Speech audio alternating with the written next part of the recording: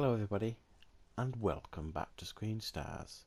Bronson is a 2008 movie that stars Tom Hardy, and it tells the story of the infamous criminal Michael Peterson stroke Charlie Bronson, who has been labelled as Britain's most famous prisoner, the hardest man in Britain, all that kind of stuff. And it's another one of those Tom Hardy movies that I hadn't seen up to this point. One of those in his back catalogue that I had every intention of watching. I just never got around to it. And it seems I must be on a bit of a Tom Hardy season at the minute, because I've just recently watched Legend and reviewed that on my channel. And after watching this, Bronson, I do have to say that the performance from Tom Hardy is right up there from the best I have ever seen from him.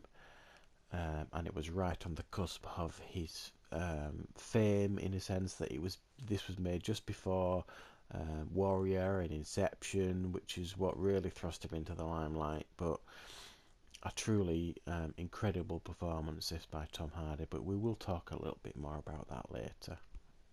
So for those of you who don't know, Charlie Bronson stroke Michael Peterson is a criminal that was locked up in 1974, I think it is, for robbing a post office for pence. Really didn't get away with much, and was sentenced to 7 years in jail, but ultimately never really saw the light of day again. He spent pretty much the rest of his life in jail due to the fact that he kept fighting with prisoners and inmates and fighting against the system and rioting and all this kind of stuff.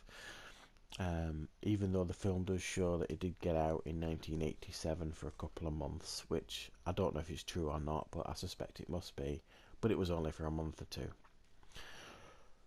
So ultimately he spent the rest of his life in jail, and for the majority of that time he was in solitary confinement due to his behaviour and his actions against the inmates and the prison officers and things like that.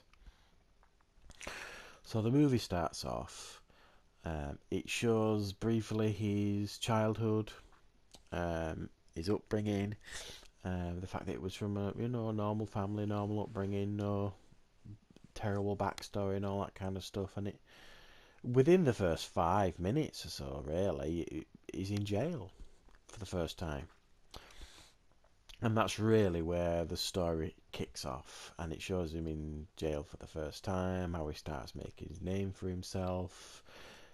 Because as he explains in the movie, he saw jail as like a hotel room, and he enjoyed his time in prison. And the only time he didn't enjoy it was when he was put in a mental institute, and they basically just drugged him up to keep him under control. And that you got the impression from the movie that he didn't enjoy that at all, and he almost killed someone to try and get back into prison. So you go on like this roller coaster ride with this character, through all the prisons that he goes to, all the fights that he gets into, all his shenanigans, right up to the point it touches on his riots. It touches on when he gets out in 1987, when he becomes like this underground fighter, and it touches on all the hostages he took while he was inside, including the art teacher from in Hull prison, I think it was. And that's really it. That's what you get with this film, really. It's all about this character. It's all focused on him and his time in prison, essentially. But what you also get as well, it's almost like there's two parts to this film. You get like the film part showing him in the prison stuff, and then there's another part with him on stage with that his paint and makeup on. And it's almost like it's his alter ego that's talking at that point and putting his point of view across from that side of it. And that's for me the only time this film kind of falters, is that part. I didn't connect to that part where he's on stage with all this makeup on, and I get why they did it. It's supposed to be like the other side of his personality talking, but I didn't really connect to that part. But what I did connect to was certainly the performance from Tom Hardy. Was a staggering performance on a lot of different levels, and it was actually um, from researching the movie, he did spend a lot of time with Charlie Bronson, um, to the point where Charlie Bronson absolutely gave it the thumbs up, his performance, when he finally saw the movie, and he felt Tom Hardy was the only person that could ever have portrayed him, which was probably the ultimate compliment to Tom Hardy.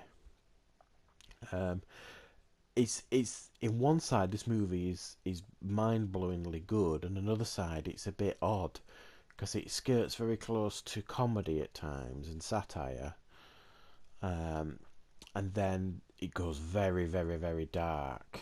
Um, but it kind of plays around with a lot of different things. This movie, it's got a fantastic soundtrack as well.